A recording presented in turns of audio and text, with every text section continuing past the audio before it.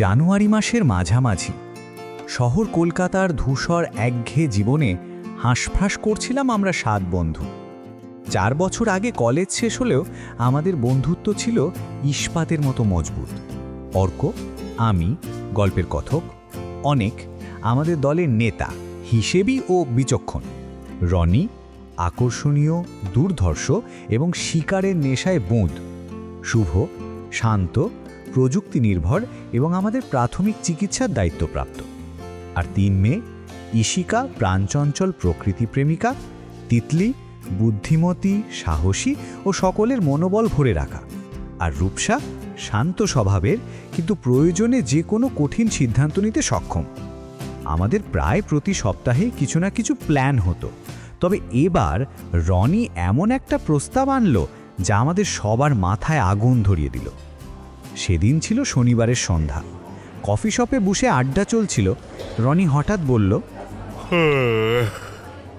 ভাই চল এবার আসল কিছু একটা করি। পাহাড় যাওয়া, দীঘায় ঘোরা,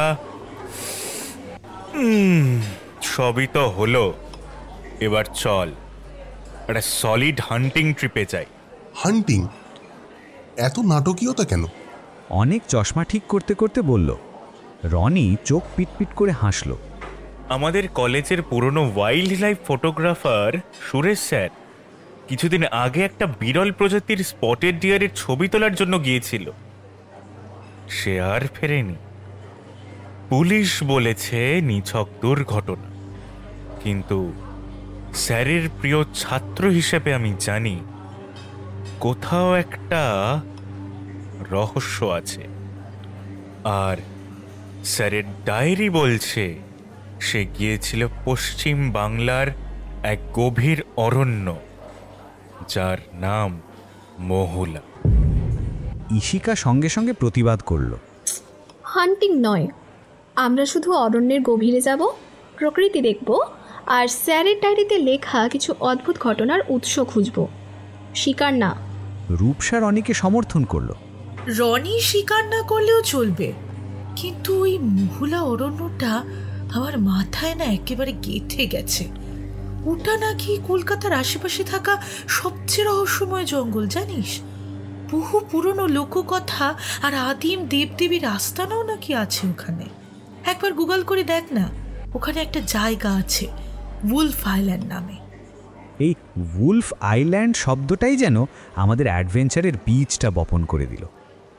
মহুলা অরণ্য রাজ্যের একদম প্রত্যন্ত অঞ্চলে অবস্থিত এক প্রাচীন জঙ্গল, যার খ্যাতি যতটা সবুজের জন্য তার থেকে বেশি তার রহস্যময়তার জন্য।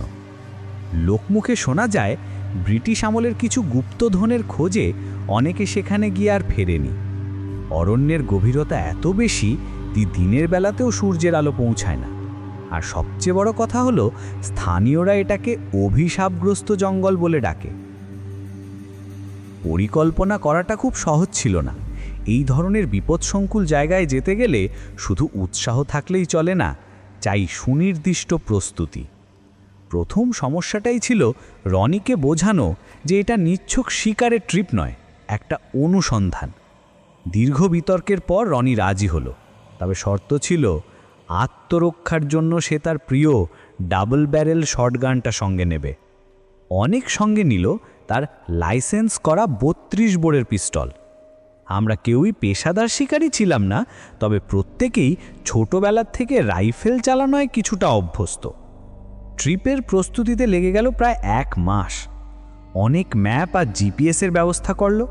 শুভ ফার্স্ট এড, স্যাটেলাইট ফোন যদি নেটওয়ার্ক না থাকে, এবং হাই পাওয়ার টর্চের দায়িত্ব নিল। রনি অস্ত্র এবং ক্যাম্পিংয়ের সরঞ্জাম দেখল। ইশিকা বন্যপ্রাণীর ছবি তোলার জন্য তার দামি ক্যামেরা এবং ওয়াকিটকির ব্যবস্থা করল। তিতলি স্থানীয়দের কাছ থেকে মহুলা অরণ্য সম্পর্কে যত তথ্য জোগাড় করা যায় সব জোগাড় করল। সব কিছু যখন চূড়ান্ত, তখন এলো সবচেয়ে বড় বাধা। রূপসার বাবা, যিনি এক প্রাক্তন ফরেস্ট অফিসার, আমাদের এই প্ল্যানের কথা শুনে ঘোর আপত্তি জানালেন। তোমরা কেন ওই অভিশপ্ত জায়গায় যেতে চাইছো আমি সেটাই বুঝতে পারছি না। মহুলা অরণ্য যতটা বাইরে থেকে দেখতে সুন্দর, ততটাই ভেতর থেকে ভয়ঙ্কর। ওর ভেতরে চলে ওই জঙ্গলের নিজের আইন। ওখানকার নদী রক্তগঙ্গা, একবার পারাপার হলে জীবন আর নিজেদের হাতে থাকে না। তাই আমি বারণ করছি যে তোমরা ওই জায়গায় যেও না। আমি আমার কর্মজীবনে বহু মানুষকে সেখানে হারিয়ে যেতে দেখেছি। তার বারণের ফলে আমাদের মনে কিছুটা দ্বিধার সৃষ্টি হলো, কিন্তু রনি আর অনিক আমাদের সাহস জোগালো। ভয় পেলে অ্যাডভেঞ্চার হয় না। আমরা যাব, কারণ আমরা জানি আমরা ফিরে আসব। অবশেষে এক শীতের ভোরে আমরা আমাদের অভিযান শুরু করলাম। একটা ভাড়া করা জিপে আমরা 7 জন এবং প্রচুর সরঞ্জাম নিয়ে রওনা হলাম। চারপাশে প্রকৃতি ক্রমশ সবুজ হতে শুরু করলো। শহরের কোলাহল পিছনে ফেলে আমরা প্রবেশ করলাম মহুলা অরণ্যের সীমানায়।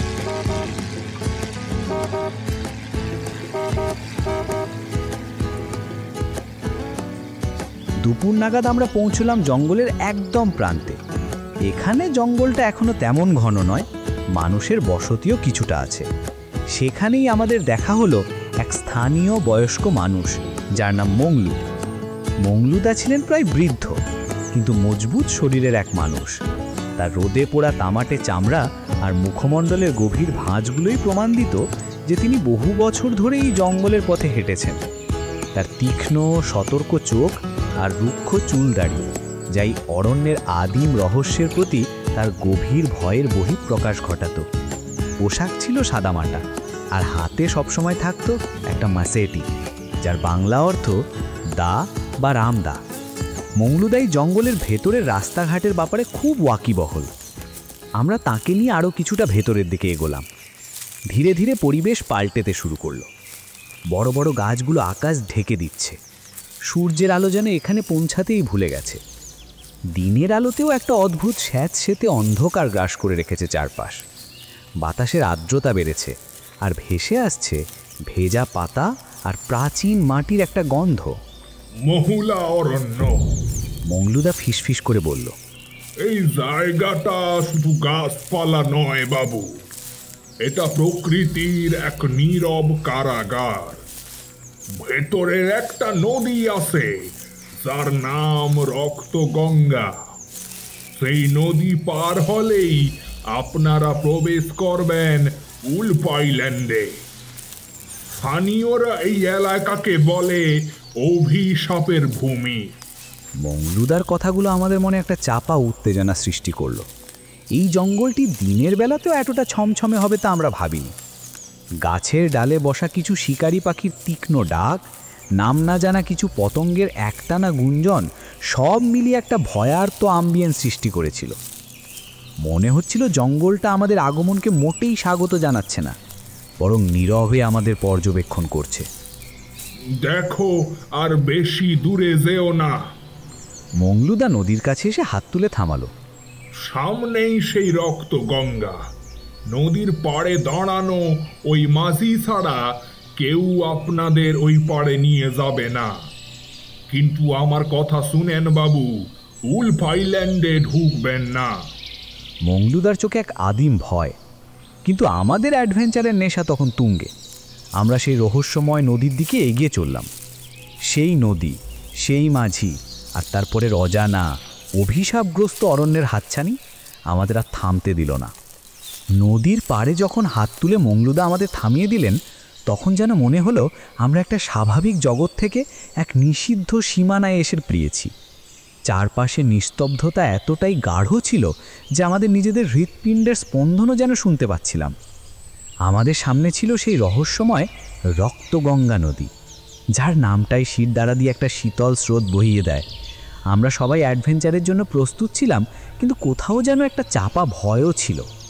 ওই যে জিতেন মাঝি বসে আছে পাথরের উপর, ও একাই আপনাদের ওই পাড়ে নিয়ে যেতে পারে, আর কেউ এখানে নেই। মংলুদা আমাদের নদীর পাড়ে ছেড়ে দিয়েই দ্রুত ফিরে গেল। আমরা 7 জন নদীর দিকে তাকিয়ে রইলাম। ঘোলাটে লালচে রঙের জল, স্রোত প্রায় নেই বললেই চলে, কিন্তু কেমন যেন একটা অচেনা চাপা ভারী গন্ধ আসছিল জল থেকে।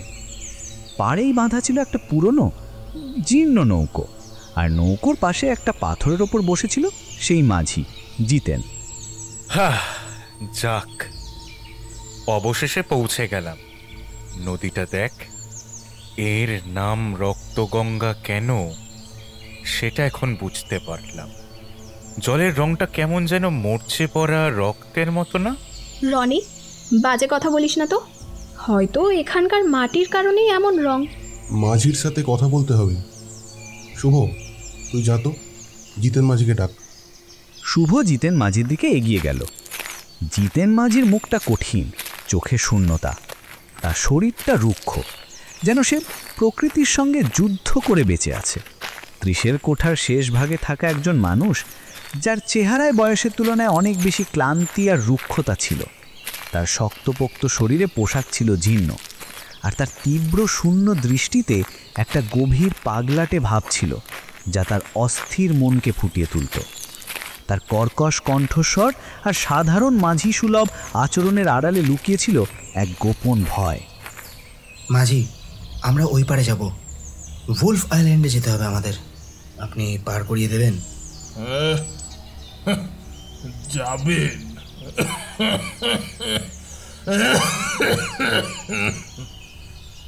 এত জেদ কেন ওই মরার জায়গায় যাবার?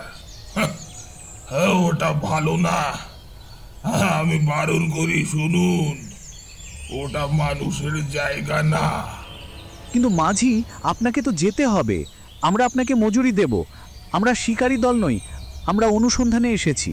একটা বিশেষ কারণে ওদের ওপারে যাওয়াটা জরুরি। অনুসন্ধান?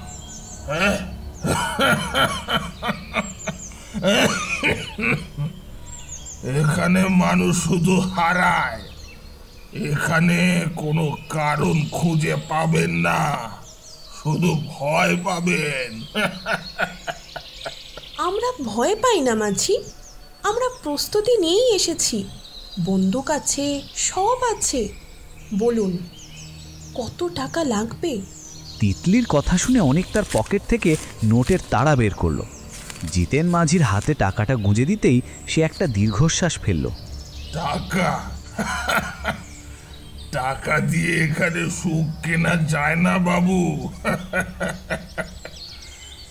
ঠিক আছে, যখন এতই যে তবে চলুন, কিন্তু একটা কথা মনে রাখবেন, নৌকা একবার ওপার চলে গেলে আমি এক মুহূর্ত দেরি করব না। সন্ধ্যা নামার আগেই আপনারা ফিরতে না পারলে আর কোনোদিনও ফিরতে পারবেন না। কেন? সন্ধ্যা হলে কি হয় মাঝি? সন্ধ্যা হয়ে গেলে এই জঙ্গল তার আসল রূপ দেখায় রে মা। দিনের আলোয় যা থাকে ঘুমন্ত, রাতে হয়ে ওঠে ভয়ঙ্কর। এই উলফ আইল্যান্ড নামটি কি এমনি এমনি হয়েছে ভাবছেন?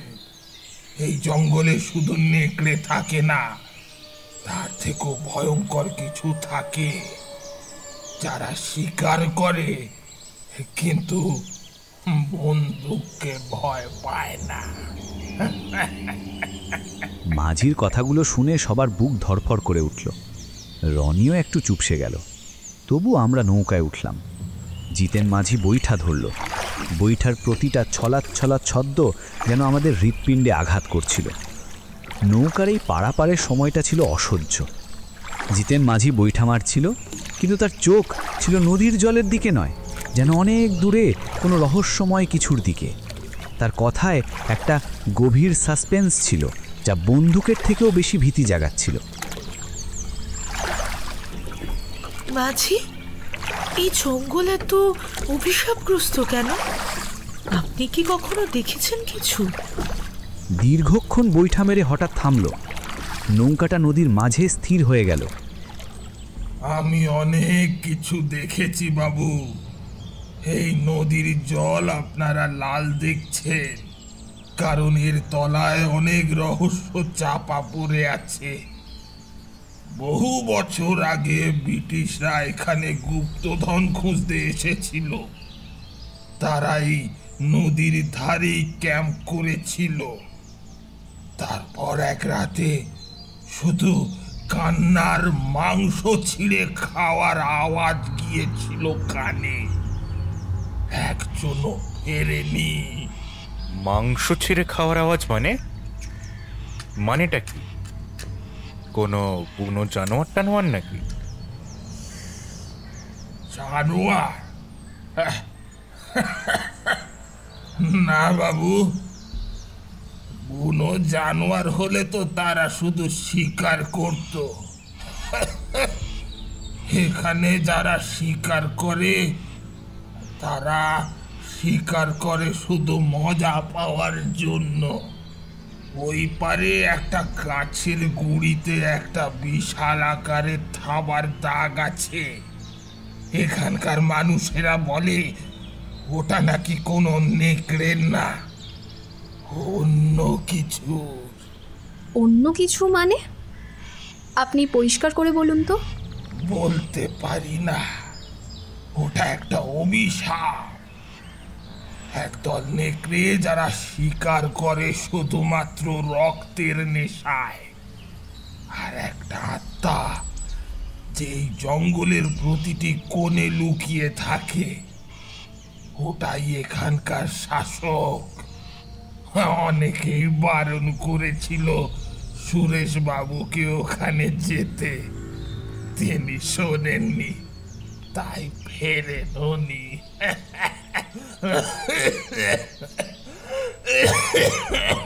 সুরেশ স্যারের কথা আপনি জানলেন কি করে?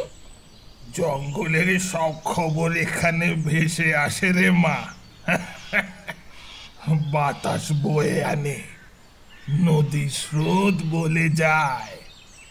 সুরেশ বাবু সেই গুপ্তধনের কথা জানতে পেরেছিলেন, যার খোঁজেই ব্রিটিশরা এখানে মারা গিয়েছিল। সেই লোভী তাকে টেনে নিয়ে গিয়েছিল। আপনি আমাদের বলছেন, কিন্তু নিজেও তো আপনি এই পাড়াপাড়ের কাজটা করছেন। আপনার ভয় করে না? আমি ভয় তো আমি কবেই ভুলে গেছি। আমার কাজ শুধু ওপারে পৌঁছে দেওয়া। আমি অভিশাপের অংশ নই, আমি নিরাপদ সাক্ষী। কিন্তু নৌকা থেকে নামার আগে একটা জিনিস দেখুন। মাঝি হঠাৎ নৌকোর তলা থেকে একটা বড় পুরনো ছুরি বের করলো। ছুরিটার উপর অদ্ভুত কিছু চিহ্ন আঁকা। এই দাগগুলো কিসের জানে? এই নদীর পার ও পার ওই পাথরের উপরেও এরকম আঁচড় আমি দেখেছি। মানুষ বলে নেকড়ে, কিন্তু আমি জানি এটা কোনো নেকড়ে না, এটা এখানকার আত্মার আঁচড়। চল চল, আর এক মুহূর্তও সময় নষ্ট করা যাবে না। রনির মুখে যদিও সাহসের কথা, কিন্তু তার হাত শটগানের ওপর শক্ত হয়ে চেপে বসে আছে। মাঝি ভাই, আমরা সন্ধ্যেতে ফিরব, আপনি এখানেই থাকবেন তো? আমি এখানেই থাকবো, কিন্তু আপনাদের ফেরার গ্যারেন্টি দিতে পারবো না। যদি ফিরতে পারেন তবে ডাকবেন, না পারলে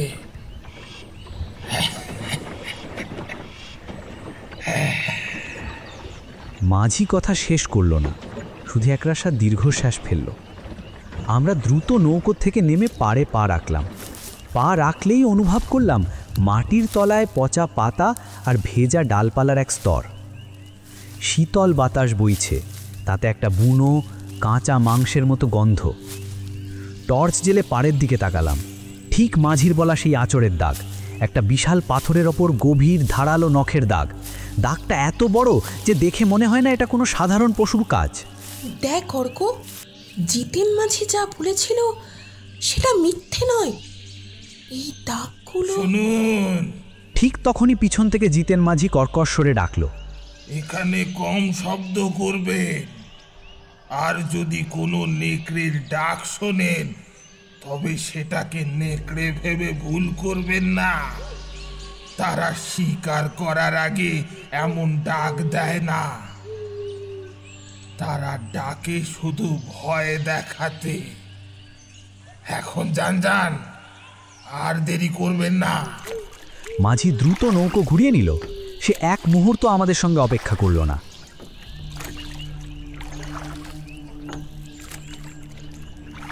তার দ্রুত চলে যাওয়াটাই আমাদের ভয়কে কয়েক গুণ বাড়িয়ে দিল। আমরা 7 জন একে অপরের দিকে তাকালাম।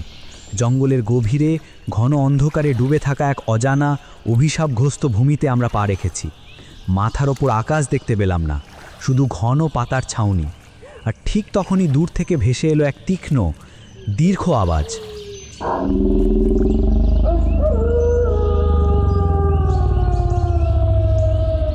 এক নেকড়ের ডাক নাকি অন্য কিছু? জিতেন মাঝির কথাগুলো আমাদের মনের গভীরে জেঁকে বসেছিল। নদীর পাড়ে সেই রহস্যময় আঁচড়ের ডাকগুলো দেখা মাত্রই আমাদের অ্যাডভেঞ্চারের রোমাঞ্চটা যেন এক আদিম শীতল ভয়ে পরিণত হয়েছিল। মাঝি দ্রুত চলে গেল, আর আমরা 7 জন দাঁড়িয়ে রইলাম সেই অভিশাপগ্রস্ত উলফ আইল্যান্ডের প্রবেশদ্বারে। এখন আর হরিণ শিকার নয়, বরং এখানকার লোককথার সত্যতা প্রমাণ করাই যেন আমাদের প্রধান লক্ষ্য হয়ে দাঁড়ালো।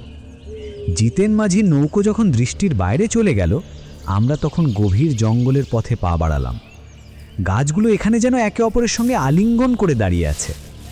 দিনের আলো সামান্য যা আসছিল তা এখানে পৌঁছাতেই পারছিল না, যার ফলে এক চিরস্থায়ী গোধূলির পরিবেশ সৃষ্টি হয়েছে। চারপাশের বাতাস বুনো লতা পাতা, পচা মাটির আর একটা অজানা কাঁচা মাংসের মিশ্রিত একটা চাপা গন্ধ বয়ে বয়ে আসছিল। আমরা কিছু দূর হেঁটে যাওয়ার পর অনেক হঠাৎ থেমে গেল। তার মুখটা ছিল ভাবলেশহীন, কিন্তু চোখের দৃষ্টিতে ছিল এক নতুন জেদ। শোন সবাই, আমি একটা সিদ্ধান্ত নিয়েছি। আমরা আজকে এখানেই রাত কাটাবো। অনিকের কথা শুনে বাকি 6 জন যেন থমকে গেল। রনি ছাড়া আর সবাই অবাক। আরে কি বলছিস অনিক? তুই না মাঝিকে বলেছিস সন্ধ্যের আগে ফিরে আসবো, আর তুই জানিস এখানকার মানুষেরা এই জায়গাটাকে কতটা ভয় পায়। ঠিক এই কারণেই এখানকার মানুষরা ভয় পায়, কারণ তারা কিছু একটা দুর্ঘটনার সাক্ষী হয়েছে। কিন্তু সেই ঘটনাকে তারা অতিরঞ্জিত করে অভিশাপ বা শয়তানের আঁচড় বলে প্রচার করছে। আমি প্রমাণ করতে চাই এখানে এমন কিছুই নেই যা আমরা সামলাতে পারবো না। যদি সত্যিই কিছু থাকতো, তাহলে এই জঙ্গল এত ঘন আর স্বাভাবিক থাকতো না। রাতটা কাটাবো যাতে আমরা নিশ্চিত হতে পারি যে এখানকার ভয়টা শুধুই লোককথা। সাবাস তপসে, আমি এটাই চেয়েছিলাম। এই সুযোগে রাতে যদি নেকড়ের দল আসে, তবে আমার শটগানটা দিয়ে একটা দারুণ নিশানা করা যাবে। আমি ভাই ক্যাম্পিংয়ের জন্য তৈরি। না, এটা পাগলামি অনেক। তোর কি হয়েছে? রূপসার বাবা, মাঝি, মংলুদা সবাই বারণ করেছে। আমাদের শুধু তথ্য সংগ্রহ করে ফিরে যাওয়া উচিত। আমি অনেকের সঙ্গে একমত নই, কিন্তু যদি সত্যিই রহস্যটা উদ্ঘাটন করতে হয় তবে সাহস দেখাতেই হবে। তবে আমরা খুব সতর্ক থাকব। যদি রাত কাটানোর সিদ্ধান্তই নিস, তবে এখন থেকেই ক্যাম্প তৈরি করা শুরু করতে হবে। আর ক্যাম্পটা এমন জায়গায় করতে হবে যেন আশেপাশে কোনো বন্যজন্তুর আস্তানা না থাকে। আর বড় করে একটা আগুন জ্বালতে হবে। অনেকের এই প্রস্তাব আমাদের ট্রিপের মোড়টাই পাল্টে দিল।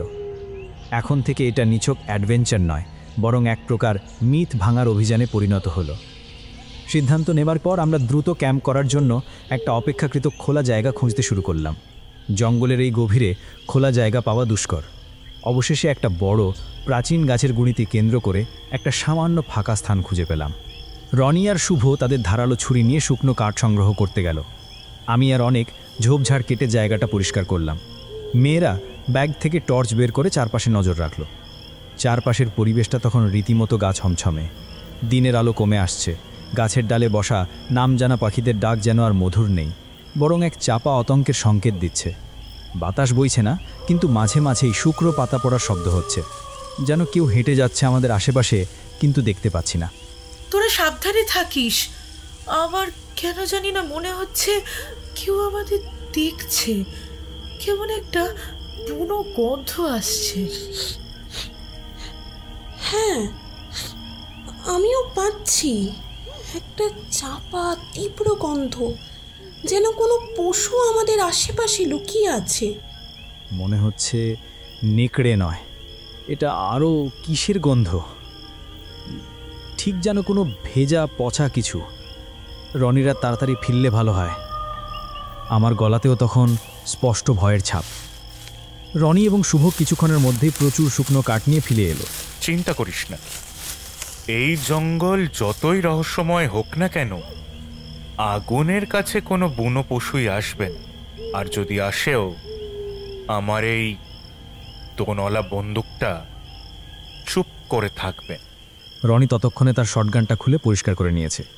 শুভ দ্রুততার সাথে আগুন জ্বালানোর ব্যবস্থা করল। শুকনো কাঠগুলো সামান্য ভেজা থাকায় প্রথমে একটু ধোঁয়া হলো, তারপর দাউ দাউ করে আগুন জ্বলে উঠল। আগুনের আলোয় সেই ছোট্ট ক্যাম্পের জায়গাটা আলোকিত হলো। বাইরের অন্ধকার যেন আরও ঘন, আরও ভয়ঙ্কর হয়ে উঠল। অগ্নিশিখার পাশে আমরা গোল হয়ে বসলাম। রাত বাড়ছে আর শীতের কামড়ও বাড়ছে। আমাদের রাতের খাবারের প্রস্তুতি চলছে।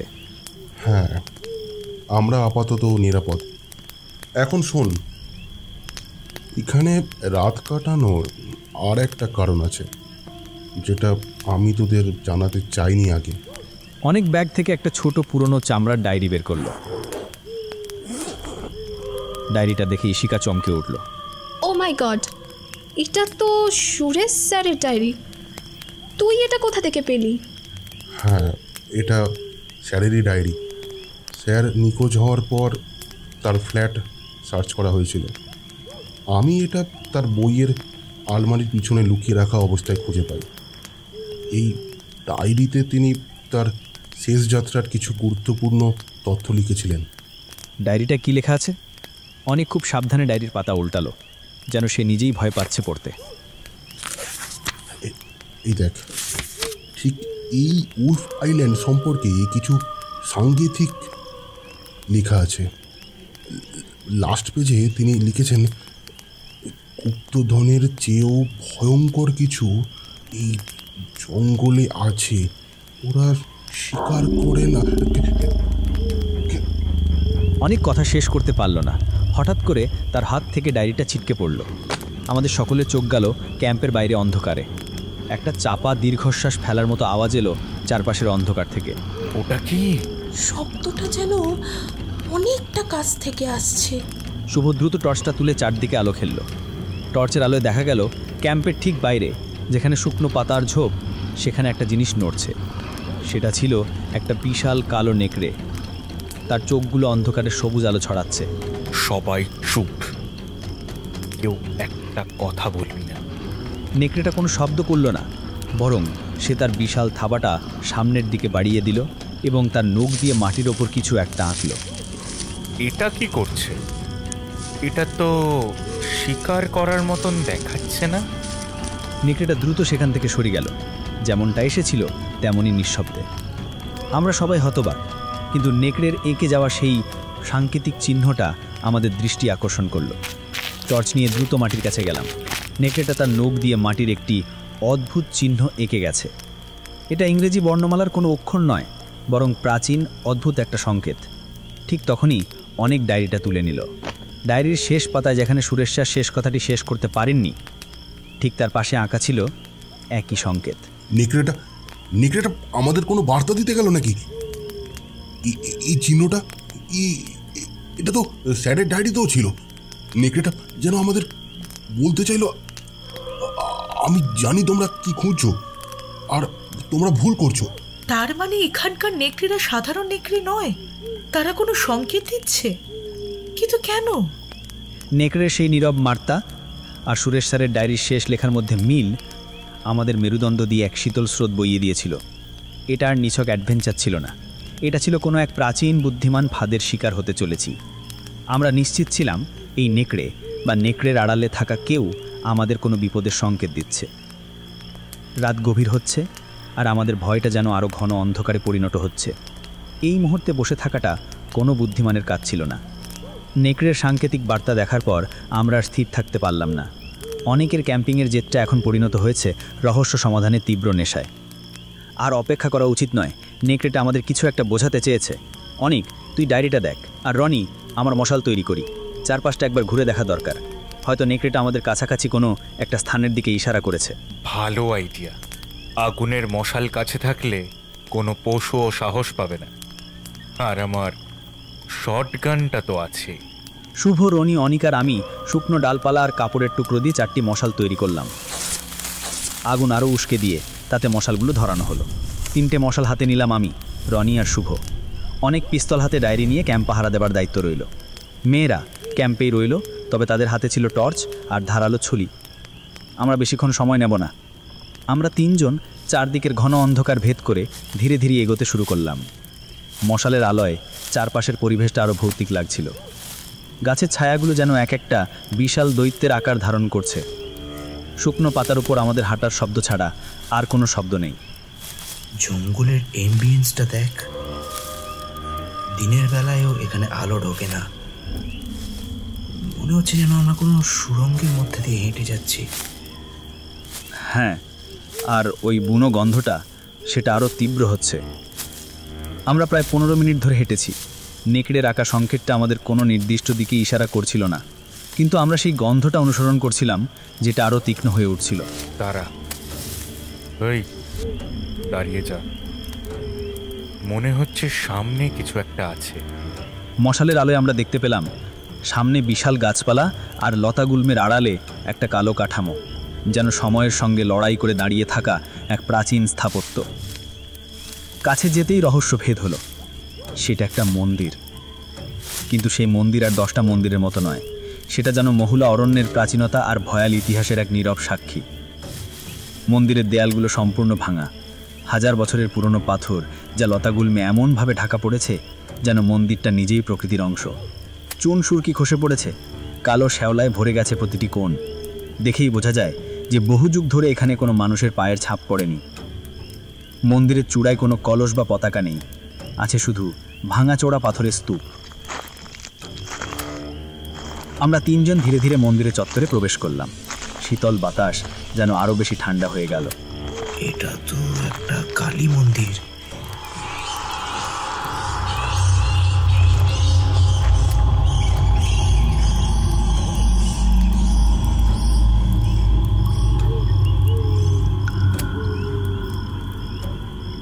মন্দিরের ভাঙা প্রবেশদ্বার দিয়ে ভেতরে উকি দিলাম।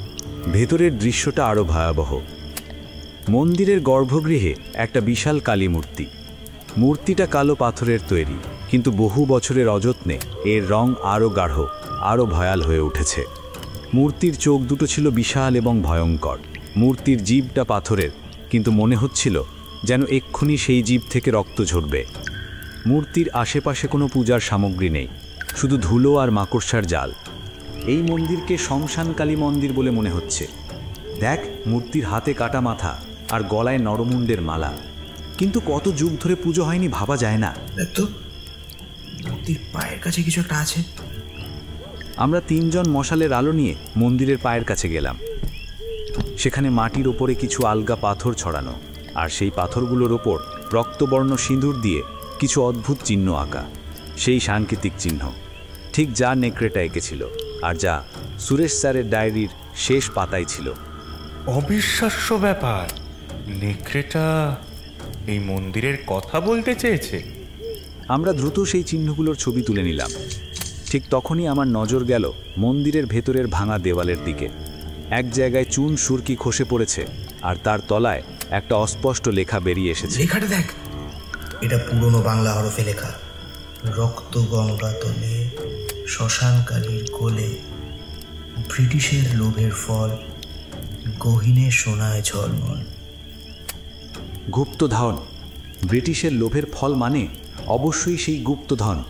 অনেকের ধারণা সত্যি, সুরেশ স্যার এই গুপ্তধনের সন্ধানেই এসেছিলেন, আর এই কালী মূর্তিটাই হলো সেই গুপ্তধনের আস্তানা। তাহলে নেকড়েটা আমাদের বারণ করছে কেন? হয়তো সে চায় না যে আমরা এটা খুঁজে পাই। আমরা 3 জন উত্তেজনা আর আশঙ্কায় কাঁপছিলাম। তখনই রনি খেয়াল করলো মূর্তির ঠিক উল্টো দিকের দেওয়ালের একটা পাথর সামান্য আলাদা। পাথরটার ওপর সেই নেকড়ের দেওয়া সাংকেতিক চিহ্নটা যেন খোদাই করা। ওই পাথরটা দেখ, মনে হচ্ছে এই মন্দিরের কোনো গোপন পথ বা ভল্টের চাবি হলো এই পাথরটা। আমরা দ্রুত ক্যাম্পে ফিরে যাবার সিদ্ধান্ত নিলাম। অনেককে ডায়েরি আর এই সূত্রগুলো দেখাতে হবে।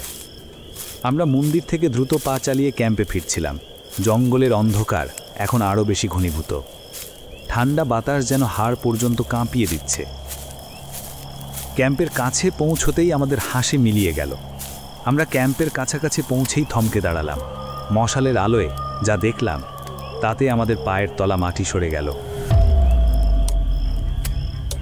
সেই দৃশ্য আজও আমার দুঃস্বপ্ন হয়ে আসে। ক্যাম্পের আগুন তখনও জ্বলছে, কিন্তু চারপাশে একটা ভয়ঙ্কর নীরবতা। অনেক, ইশিকা, তিতলি, রূপসা কেউ নেই। আমাদের জিনিসপত্র, ব্যাগ, পিস্তল সব কিছু ইতস্তত ছড়ানো, কিন্তু একটা মানুষও সেখানে নেই। অনেক অনেক তিতলি, এই তিতলি, ইশিকা, রূপসা, তোরা তোরা তোরা কোথায়? কোনো উত্তর এলো না, শুধু বাতাসের শোঁ শোঁ শব্দ। আমরা তিনজন দ্রুত ক্যাম্পের মাঝখানে গেলাম।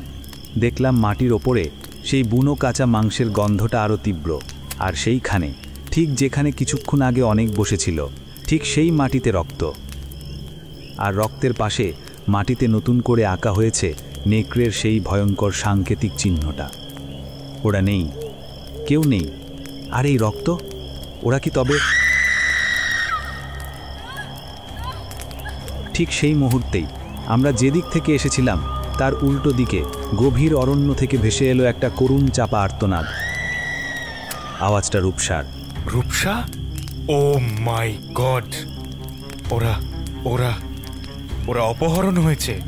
আমরা তিনজন হতভম্ব হয়ে গেলাম। কে করলো এটা? নেকড়ে নাকি মাঝির বলা সেই অভিশাপ? আর কেনই বা তারা কেবল তিনজনকে রেখে বাকিদের অপহরণ করল? নেকড়ের দেওয়া সাংকেতিক চিহ্ন আর ডায়েরির মিল, সব কিছু মিলিয়ে আমাদের অভিযান এক ভয়ানক মোড় নিয়েছিল। আমরা জিতেন মাঝির কথা ভুলতে পারছিলাম না। এই নেকড়েরা সাধারণ নয়। অনেকের রক্তমাখা ডায়েরি ফেলে যাওয়া আর বন্ধুদের আকস্মিক অন্তর্ধান আমাদের মনে তীব্র আতঙ্ক সৃষ্টি করেছিল। কিন্তু রূপসার সেই আর্তনাদ আমাদের হাতে সময় নেই তা মনে করিয়ে দিচ্ছিল। এখন আমাদের কাজ ছিল দ্রুত বন্ধুদের খুঁজে বের করা আর এই মন্দিরের রহস্য ভেদ করা। আমরা তিনজন, আমি, রনি আর শুভ, রূপসার আর্তনাদ লক্ষ্য করে দ্রুত জঙ্গলের গভীরে ছুটলাম। হাতে জ্বলন্ত মশাল আর রনির শটগান প্রস্তুত। কিছু দূর যেতেই ঝোপের আড়াল থেকে চাপা গর্জন শোনা গেল। একটি নয়, বিশাল আকারের তিনটি নেকড়ে আমাদের দিকে শিকারের দৃষ্টিতে তাকিয়েছিল। তাদের জ্বলন্ত সবুজ চোখগুলো অন্ধকারে স্পষ্ট দেখা যাচ্ছিল। ওরা ওরা আসছে। অর্ক, শুভ, তোরা কভার নে, আমার শটগানটাও প্রস্তুত। নেকড়েরা কোনো শব্দ না করে ধীরে ধীরে আমাদের দিকে এগিয়ে আসতে শুরু করলো। তারা যেন আগুন দেখেও ভয় পাচ্ছে না, বরং আমাদের নিজেদের শিকার ভাবছে। ঠিক তখনই একটি নেকড়ে রনিকে লক্ষ্য করে ঝাঁপ দিল। রনি এক লহমায় পাশ কাটিয়ে সরে গেল আর তার শটগান গর্জে উঠল। ধুম! প্রথম নেকড়েটা রনির ব্রুটাল নিশানায় সঙ্গে সঙ্গে মাটিতে লুটিয়ে পড়ল। তার দেহ থেকে উষ্ণ রক্ত মাটির শুকনো পাতায় মিশে গেল। প্রচণ্ড গুলির শব্দে অন্য দুটি নেকড়ে মুহূর্তে থমকে গেল। তাদের চোখে ভয় নয়, বরং এক তীব্র ক্ষোভ দেখা গেল। তারা আর লড়াইয়ে না গিয়ে দ্রুত অন্ধকারে মিলিয়ে গেল, যেন তারা কোনো সংকেত পেয়ে পিছু হটল। ওরা পিছু হটেছে, চল আমরা যাই, ওরা কোথায় দেখি। আমরা সাবধানে সামনে এগোলাম। নেকড়েদের আক্রমণের ফলে তারা যে ভয় পেয়ে পালিয়েছিল সেটা খুবই স্বাভাবিক ছিল। টর্চের আলো ফেলে চারপাশ দেখতে গিয়ে হঠাৎ শুভ চিৎকার করে উঠল, ওরা ওখানে একটা পুরনো বড় গাছের ওপর। আমরা টর্চের আলো সোজা করে দেখলাম একটা বিশাল ঝুড়িনামা গাছের ডালপালার আড়ালে আমাদের চার বন্ধু, অনেক, ইশিকা, তিতলি, রূপসা। ভয়ে সবাই কাঁপছে। তারা নেকড়েদের আক্রমণের মুখে পড়ে বুদ্ধি করে গাছে চড়ে লুকিয়েছিল। তোরা ঠিক আছিস তো? আমরা ঠিক আছি। নেকড়েটা হঠাৎ ঝাঁপিয়ে পড়েছিল, আমার বন্দুকটাও পড়ে গেল। আমরা কোনো সুযোগই পেলাম না। রনি, তোর শটগানের আওয়াজেই ওরা পালিয়ে গেছে। ওরা এত দ্রুত আর বুদ্ধিমান যে ভাবা যায় না। এই দেখ, আমরা যে ডায়েরিটা এনেছিলাম না, ওটা পুরো ছিঁড়ে দিয়েছে, আর আমার হাতে পর্যন্ত কামড় দেওয়ার চেষ্টা করেছে। অনেকের হাতে সামান্য আঁচড়ের দাগ ছিল, তার ছেঁড়া ডায়েরিটাও তার কাছেই ছিল। আমি তো ভাবলাম আমরা শেষ। ওরা শুধু আমাদের ভয় দেখাচ্ছিল না, ওরা আমাদের তোরা যেই দিকে গিয়েছিলি সেই দিকে যেতে দিচ্ছিল না। আমরা সেই নেকড়ের সংকেতটা দেখেছিলাম, ওটা যেন আমাদের বারবার বলছিল এগিয়েও না। সবাইকে ফিরে পাওয়ার পর আমাদের সাহস যেন বহুগুণ বেড়ে গেল। আমি, শুভ, রনি, আমরা 3 জন মিলে বাকি 4 জনকে মন্দিরের রহস্য আর দেওয়ালের সেই সাংকেতিক লেখার কথা জানালাম। গুপ্তধন? তার মানে জিতেন মাঝি যা বলেছিল তা মিথ্যে নয়, আর নেকড়েরা সেই গুপ্তধন পাহারা দিচ্ছে। আমরা 7 জন এখন একমত যে এই রহস্যের সমাধান লুকিয়ে আছে সেই প্রাচীন শ্মশানকালী মন্দিরে। আমরা দলবদ্ধভাবে মশাল আর অস্ত্র হাতে মন্দিরের দিকে এগিয়ে চললাম। মন্দিরের কাছাকাছি যেতেই সেই অস্বাভাবিক শীতলতা অনুভব হলো। এবার আমরা 7 জনই সেই অলৌকিক পরিবেশ অনুভব করলাম। এই ঠান্ডাটা স্বাভাবিক নয় রে, মনে হচ্ছে কোনো এক প্রাচীন শক্তির দ্বারা এই মন্দির সুরক্ষিত। মন্দিরের ভেতরে প্রবেশ করে আমরা সেই শ্মশানকালী মূর্তির সামনে দাঁড়ালাম। মূর্তির চোখগুলো অন্ধকারে আরও ভয়াল লাগছিল। দ্বিতীয়বার আমরা ফিরে এসে দেখলাম এক অন্য অলৌকিক দৃশ্য। মূর্তির কালো পাথরের জিভ থেকে চুইয়ে পড়ছে কালো তরল, যা পায়ের কাছে জমা হচ্ছিল। ও গড, এই দৃশ্যটা যেন জীবন্ত। রনি আর শুভ দেওয়ালের সেই বাংলা পংক্তিটা দেখালো, রক্ত গঙ্গা তলে, শ্মশানকালীর কোলে, ব্রিটিশের লোভের ফল, গহীনে সোনায় ঝলমল। গুপ্তধনটা এই মন্দিরের ভেতরেই আছে, আমাদের খুঁজতে হবে। অনেক ডায়েরিটা খুঁজে দেখল, সেখানে সুরেশ স্যার সেই সাংকেতিক চিহ্নের পাশে ছোট করে একটা শব্দ লিখেছিলেন, বেদি। গুপ্তধনটা এই মূর্তির বেদি বা এই মূর্তির ঠিক তলায় লুকোনো আছে। রনি, দেখ তো মূর্তির বেদিটা কোনো জায়গা থেকে খোলা যায় কিনা। রনি আর শুভ মূর্তির বেদি পরীক্ষা করতে শুরু করলো। বেদিটা বিশাল পাথরের তৈরি। রনি তার ধারালো ছুরি দিয়ে বেদির চারপাশের জোরগুলো পরীক্ষা করলো। এক জায়গায় এসে দেখল একটা পাথর সামান্য আলাদা। পাথরটার উপর খোদাই করা ছিল নেকড়ের সেই সাংকেতিক চিহ্নটাই। রনি আর শুভ সেই আলগা পাথরটাকে সরাতে সর্বোচ্চ শক্তি প্রয়োগ করল। পাথরটা একটু একটু করে সরতে লাগলো।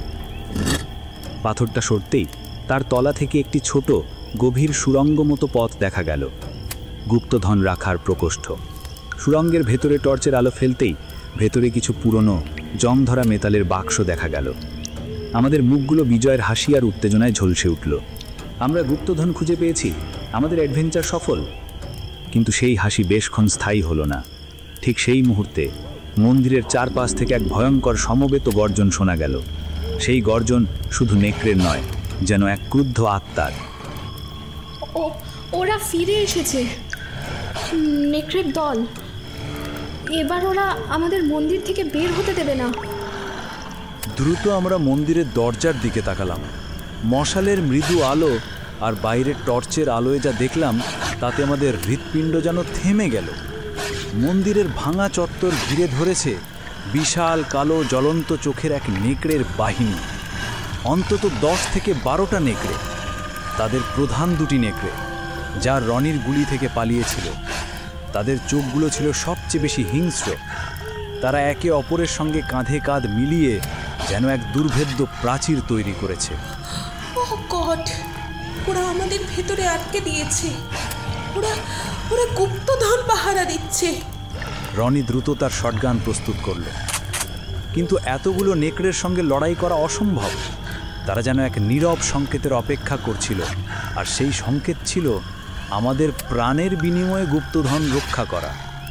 ওরা আমাদের মারবে না, ওরা শুধু আমাদের আটকে দেবে। আমরা এখন নেকড়েদের জালে বন্দী। এই মন্দিরটাই এখন আমাদের শেষ ভরসা। নেকড়েদের সেই বিশাল বাহিনী আমাদের মন্দিরের ভেতর আটকে ফেলেছে। বাইরে তাদের হিংস্র গর্জন, আর ভেতরে আমাদের বুক ধরফড়ানে। আমরা এখন নিশ্চিত এই নেকড়েরা কোনো সাধারণ পশু নয়। তারা কোনো এক প্রাচীন শক্তির দ্বারা নিয়ন্ত্রিত এবং এই মন্দিরের গুপ্তধনের রক্ষক। আমাদের হাতে আছে রনির শটগান, অনেকের পিস্তন আর মশাল, কিন্তু এতগুলো নেকড়ের সঙ্গে লড়াই করা আত্মহত্যার শামিল। বাঁচার একমাত্র পথ হলো তাদের রক্ষা করার কারণটা খুঁজে বের করা।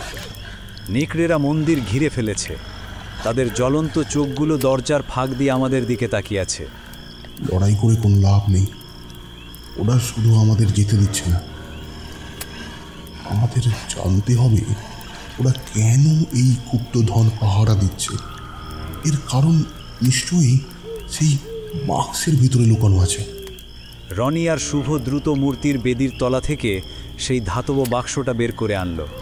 বাক্সটা ছিল বিশাল এবং বেশ ভারী, দেখে মনে হচ্ছিল বহু পুরনো। বাক্সটা জং ধরা হলেও তার উপরিতলটা ছিল মসৃণ। বাক্সটা মন্দিরের মাঝখানে এনে মশালের আলোয় দেখা গেল বাক্সের ঢাকনার ওপর কোনো তালা নেই, বরং প্রাচীন কোনো ভাষা বা সাংকেতিক চিহ্ন খোদাই করা। অনিক তার ডায়েরি এবং টর্চের সাহায্যে সেই খোদাই করা চিহ্নগুলো বিশ্লেষণ করতে শুরু করলো।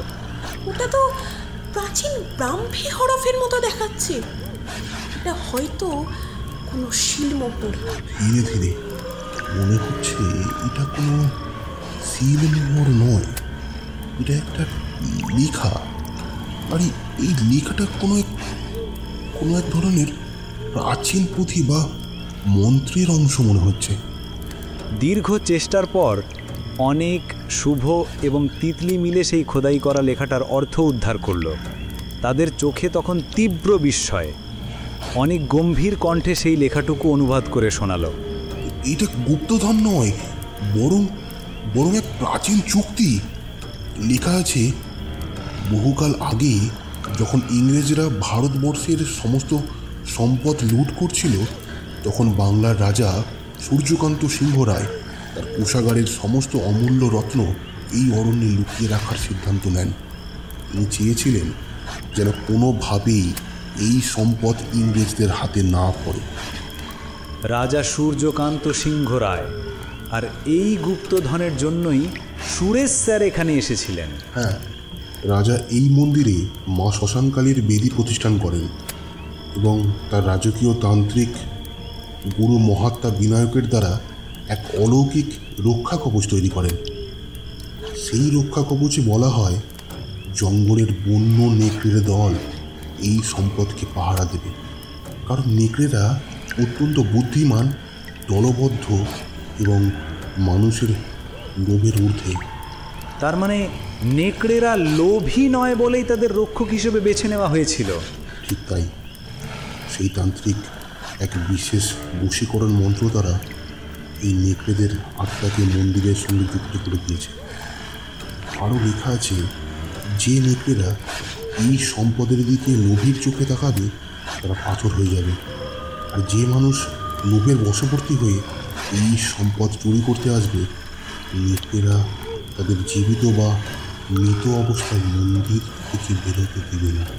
সেই জন্যই নেকড়েরা আমাদেরকে সাংকেতিক চিহ্ন দিচ্ছিল।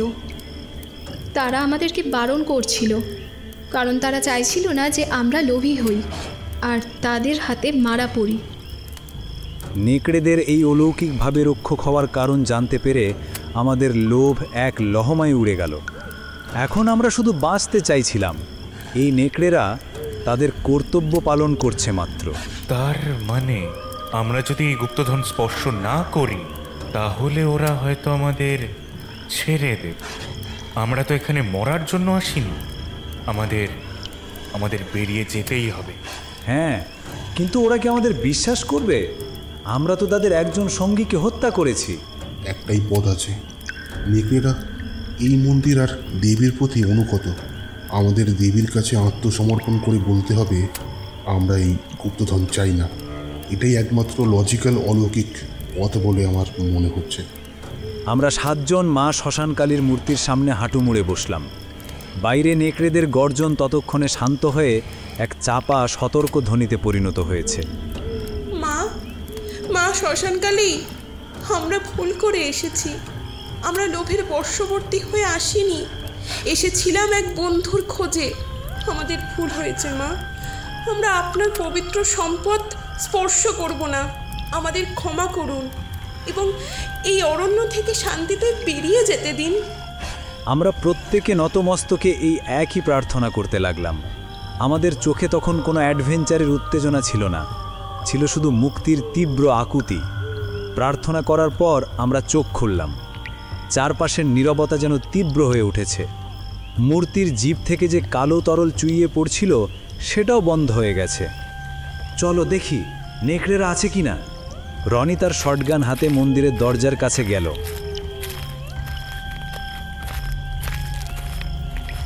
বাইরে একটাও নেকড়েও নেই। যেখানে কিছু মুহূর্ত আগেও একদল নেকড়ে তাদের দুর্ভেদ্য প্রাচীর তৈরি করেছিল, সেখানে এখন শুধুই অন্ধকার আর শুকনো পাতার স্তূপ। কোনো গর্জন নেই, কোনো হিংস্র চোখ নেই, শুধু শান্ত ঘন অরণ্যের নীরবতা। এমনকি সেই নেকড়েটার নিথর দেহও সেখানে নেই, যাকে রনি গুলি করে মেরেছিল। ওরা চলে গেছে, একটাও নেই। এইটাই তান্ত্রিক মহাত্মা বিনায়কের মন্ত্রের প্রভাব। আমরা যখন লোভ ত্যাগ করে দেবীর কাছে আত্মসমর্পণ করলাম, তখন এই নেকড়েদের দায়িত্ব শেষ হলো। তারা বুঝিয়েছে আমরা আর রক্ষক নই, বরং তাদের কর্তব্য শেষ হয়েছে। নেকড়েদের হঠাৎ চলে যাওয়াটা ছিল এক অলৌকিক মুক্তি। আমরা যেন জীবনের এক দ্বিতীয় সুযোগ পেলাম। গুপ্তধনটা আমাদের সামনেই ছিল, কিন্তু তার চেয়েও বড় সত্যটা আমরা জানতে পারলাম। লোভ আমাদের শেষ করে দিতে পারত। এই নেকড়েরা ছিল রাজার শপথের এক জীবন্ত প্রতীক। আমরা আর এক মুহূর্ত সেখানে অপেক্ষা করলাম না। জীবন হাতে করে সেই রাত মহলা অরণ্য থেকে বেরিয়ে আসার জন্য আমরা প্রস্তুত হলাম। কিন্তু আমাদের গল্প তখনও শেষ হয়নি। সেই নেকড়েদের চলে যাওয়া কি সত্যিই শেষ, নাকি এটা কোনো বড় বিপদের পূর্ব সংকেত? তখন ঘড়ির কাঁটা ভোরের দিকে ঝুঁকছে, আর আমরা 7 জন ফেরার জন্য প্রস্তুত হচ্ছিলাম। নেকড়েদের চলে যাওয়ার পর আমরা আর এক মুহূর্ত মন্দিরে অপেক্ষা করিনি। সেই গভীর নিঃশব্দতার মধ্যে আমরা দ্রুত ক্যাম্পের দিকে ছুটলাম। তখন রাত প্রায় শেষ। আকাশে আলোর একটা ক্ষীণ রেখা দেখা যাচ্ছে। পাখির কিচিরমিচির শুরু হয়েছে, কিন্তু সে আওয়াজে কোনো আনন্দ নেই, যেন গভীর রাতের নীরবতা ভেঙে যাওয়ার এক সতর্ক বার্তা। তাড়াতাড়ি সব গুছিয়ে নে, আমরা দ্রুত নদী পার হব। আর সেই গুপ্তধন কেউ ভুলেও তার দিকে তাকাবে না। আমি আর 1 মিনিটও এই অভিশাপের ভূমিতে থাকতে চাই না। ভাগ্যিস শটগানটা ছিল, না হলে। রনি নিজেকে সামলে নিল। তার চোখে তখন আর শিকারের নেশা নেই, আছে শুধু এক গভীর উপলব্ধি। আমরা দ্রুত ক্যাম্প গুছিয়ে নিলাম। যদিও আমাদের জিনিসপত্রের অনেকটাই নেকড়েদের হামলায় এলোমেলো হয়ে গিয়েছিল, তবু যা পাওয়া গেল তা নিয়ে 7 জন বন্ধু রক্তগঙ্গার তীরের দিকে হাঁটতে শুরু করলাম। সকালের আবহে জঙ্গলটাকে আর রাতের মতো অতটা ভয়াল লাগছিল না, তবে সেই মিশো মিশো শীতলতা আর ভেজা মাটির গন্ধটা তখনও বিদ্যমান। আমরা হেঁটে চললাম। আমাদের পায়ে যেন ক্লান্তি নেই, কারণ আমরা জীবন ফিরে পেয়েছি। যখন আমরা রক্তগঙ্গার পাড়ে পৌঁছলাম, তখন আকাশ পরিষ্কার হয়ে গেছে। চারপাশের ঘন সবুজ গাছপালা আর নদীর লালচে ঘোলা জল স্পষ্ট দেখা যাচ্ছে। নদীর পাড়ে সেই জীর্ণ নৌকাটা তখনও বাঁধা ছিল, আর তার পাশে সেই পাথরটার ওপর জিতেন মাঝি বসেছিল, ঠিক আগের দিনের মতোই। মাঝিকে দেখে আমাদের সবার মুখে স্বস্তি ফিরে এলো। আমরা দ্রুত শুকনো ডালপালা জড়ো করে মাঝিকে সংকেত দেওয়ার জন্য একটা বড় আগুন জ্বালানোর চেষ্টা করলাম। মাঝি আমাদের দেখতে পেল। সে উঠে দাঁড়ালো এবং হাত নেড়ে ইশারা করল।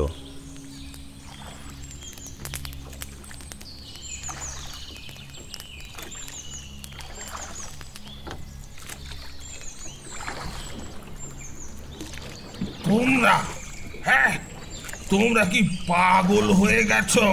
তার চোখ দুটো ছিল একটা মিশ্র অভিব্যক্তি, বিস্ময়, রাগ আর চাপা কৌতূহল। আমি তোমাদের বলেছিলাম সন্ধ্যার আগে ফিরে এসো। তোমরা ফিরলে পরের দিন সকালে। আমি তো ভেবেছিলাম তোমরাও আরো 5 জনের মতন ওই অভিশাপের বলি হলে। আমি তো এই ফরেস্ট অফিসারকে খবর দিতেই চাইছিলাম যে এই জঙ্গলে 7 জন নিখোঁজ হয়েছে। আমরা বিপদে ছিলাম মাঝি, আমরা চাইনি রাত কাটাতে, কিন্তু নেকড়েরা। তোমরা নেকড়েদের কবল থেকে বেঁচে এলে, তোমরা ওই অভিশাপগ্রস্ত জঙ্গল থেকে ফিরে এলে। বাবা রে, আজ পর্যন্ত তো কাউকে ফিরতে দেখিনি, কেউ ফেরে না। তোমরা কিভাবে ফিরে এলে বাবু? তুমি জানো না, আমরা আজকে একটা ভয়ানক সত্যির মুখোমুখি হয়েছিলাম। ওটা কোনো সাধারণ জঙ্গল নয়। আমরা দ্রুত নৌকায় উঠলাম। মাঝি বৈঠো ধরল, কিন্তু তার মুখটা ছিল থমথমে।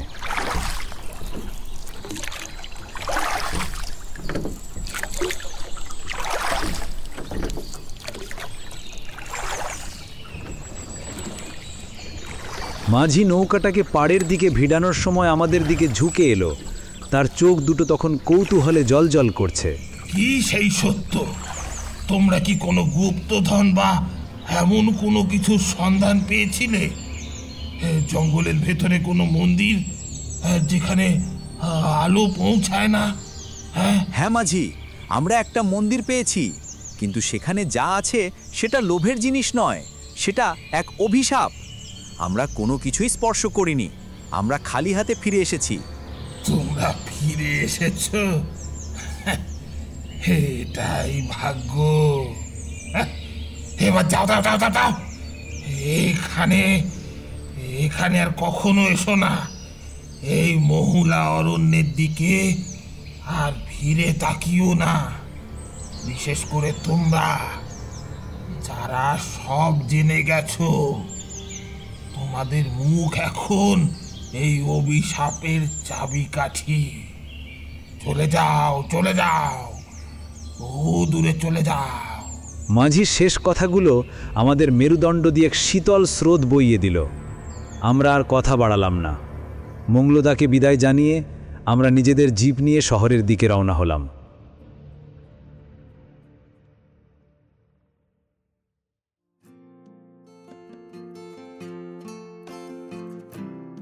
কলকাতা ফিরে আসার পর আমরা স্বাভাবিক জীবনে ফেরার চেষ্টা করতে লাগলাম। আমাদের দুঃসাহসিক অভিযানের ভয়াল অভিজ্ঞতাটা আমরা শুধু নিজেদের মধ্যেই রাখলাম। পরের দিন ছিল সোমবার। আমরা 7 জন সেই পুরনো কফি শপে মিলিত হলাম নিরাপত্তা নিশ্চিত করার জন্য।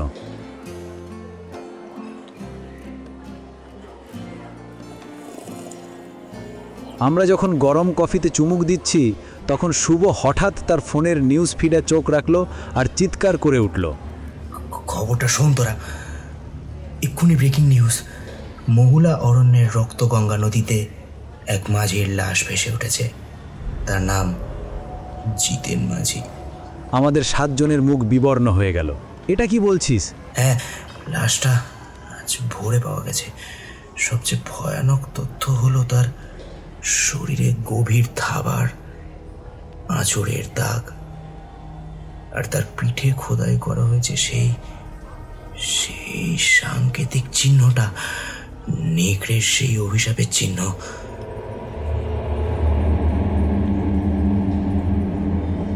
আমাদের টেবিলে নেমে এলো চরম নীরবতা। আমাদের সেই মুহূর্তে সবকিছু পরিষ্কার হয়ে গেল। মাঝি আমাদের বারণ করেছিল কেন, সেটা এখন পরিষ্কার। মাঝি কোনো সাধু ব্যক্তি ছিল না। সে আমাদের মুখ থেকে গুপ্তধনের খবর জানার জন্য অপেক্ষা করছিল। সে নিজে কখনো সাহস করে জঙ্গলে ঢুকতে পারেনি, কারণ সে জানতো মন্দিরটা অভিশাপগ্রস্ত। অনিক তার হাতের ডায়েরির ছেঁড়া অংশটি দেখালো। নেকড়েটা এই চিহ্ন এঁকেছিল, আর মাঝির পিঠেও এইটাই খোদাই করা ছিল। এটা আসলে কোনো পশু বা অভিশাপের চিহ্ন নয়। এটা প্রাচীন জাপানি অক্ষর মিজু বা সুই, যার অর্থ হলো জল। রক্তগঙ্গা নদী আর মন্দিরের সেই কালো তরল মনে আছে? সম্ভবত এই চিহ্নটা আমাদের বোঝাচ্ছিল যে এর সবই কিছু জলের বা নদীর অভিশাপের ফল। লোভের ফলস্বরূপ সে জলে বিলীন হয়েছে। সেজন্যই সে এত বছর ধরে নদীর পাড়ে পড়েছিল। সে লোভী ছিল। আমরা তাকে গুপ্তধনের কথা বলতেই সে লোভ সামলাতে পারেনি। সে হয়তো আমাদের কাছ থেকে সব শুনে রাতেই সেই মন্দিরের দিকে রওনা হয়েছিল। সে ভেবেছিল আমরা যখন লোভ ত্যাগ করে এসেছি তখন নেকড়েরা আর থাকবে না, কিন্তু সে ভুলে গিয়েছিল নেকড়েরা লোভের রক্ষক। আমরা লোভ করিনি, তাই বেঁচে গেছি। আর মাঝি, সে গিয়েছিল চরম লোভের বশবর্তী হয়ে, তাই অভিশাপ তাকে আর ছেড়ে দেয়নি। নেকড়েরা তাকে শুধু হত্যা করেনি, তারা তার পিঠে সেই চিহ্ন এঁকে দিয়েছে, যেন আমাদের একটা চূড়ান্ত সংকেত দিল যে লোভের পরিণতি কি হতে পারে। আমরা 7 জন সেদিন একসঙ্গে বসে রইলাম, চারপাশে সাধারণ মানুষের কোলাহল, কিন্তু আমাদের কানে তখনও মহলা অরণ্যের চাপা গর্জন আর জিতেন মাঝির শেষ পরিণতির নীরব আর্তনাদ বাজছিল। আমরা বেঁচে গেছি কারণ আমরা লোভ ত্যাগ করেছিলাম। সেই অভিযান আমাদের জীবনের গতিপথ পাল্টে দিল। জঙ্গলের রহস্য শুধু বাইরের নয়, সে রহস্য লুকিয়ে থাকে মানুষের হৃদয়ের গভীরেও। নেকড়ের সেই অভিশাপ হয়তো এখনও মহুলা অরণ্যের গুপ্তধন পাহারা দিচ্ছে, কিন্তু সেই অভিশাপের থেকেও ভয়ঙ্কর হলো মানুষের লোভ।